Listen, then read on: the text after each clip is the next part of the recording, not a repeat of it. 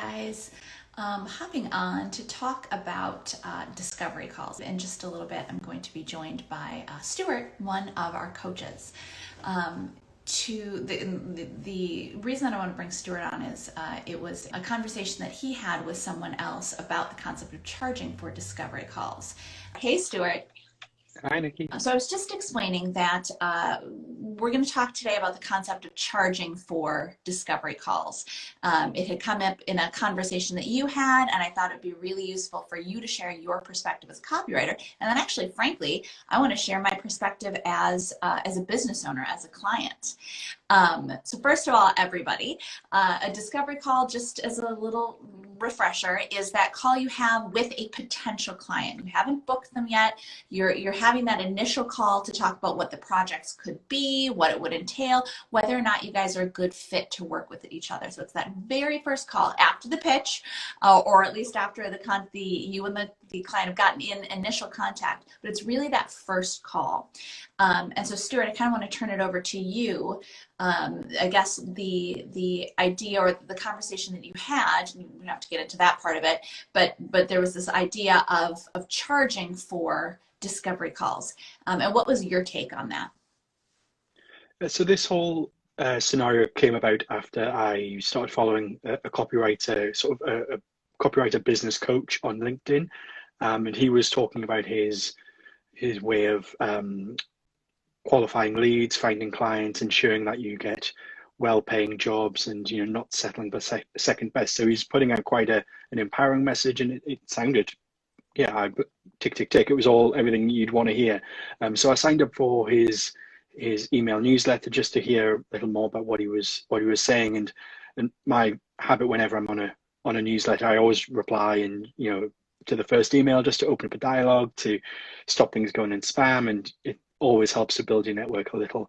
And we started engaging in conversation about what I was hoping to get out of his email list and that sort of conversation. And it turned over. I'd had a couple of clients who'd had discovery calls with and had then vanished into the ether, never to be seen again. And I was just saying, ghosted by a potential client. Oh well, keep going. And he started asking me a ton of questions and finding out a bit more information. At what point did they stop replying? How much had you shared with them? And one of his comments struck me as a little odd. And he said, "Oh, did you charge for the call?" I was like, "Oh no, I would you charge for that call?" I wouldn't personally. And we got into a bit of a back and forth. And his sort of whole ethos is you don't work for free, you charge for any time that you spend working. And, that's something I can completely get on board with. I do not work for free. My time is money, and you give value, you should be rewarded for that.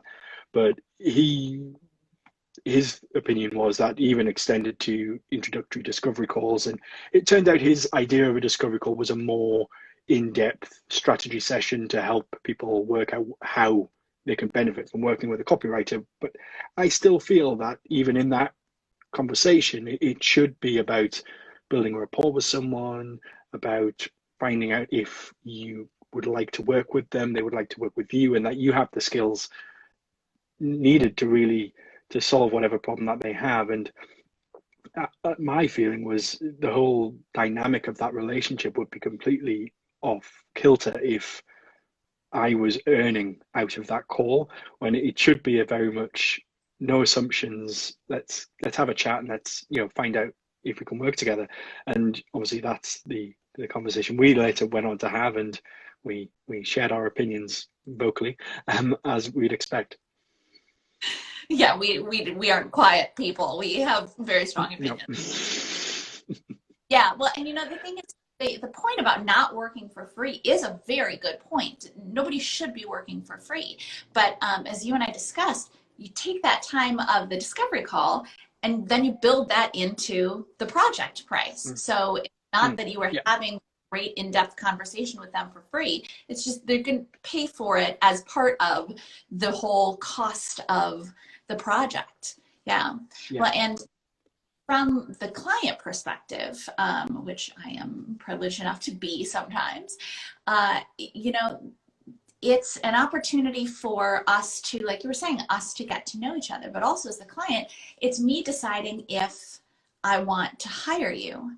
And for you to ask me to pay you for me to decide to hire you is such an immediate turnoff. I would run. On top of the fact that, you know, the sad thing, not the sad thing, but the reality is that in any freelancing industry, in any industry, there's a lot of competition. You know, we are not the only two copywriters in the world. Now, as you and I both know, there are definitely ways to position yourself and make yourself stand out and make yourself the best candidate and all that kind of thing.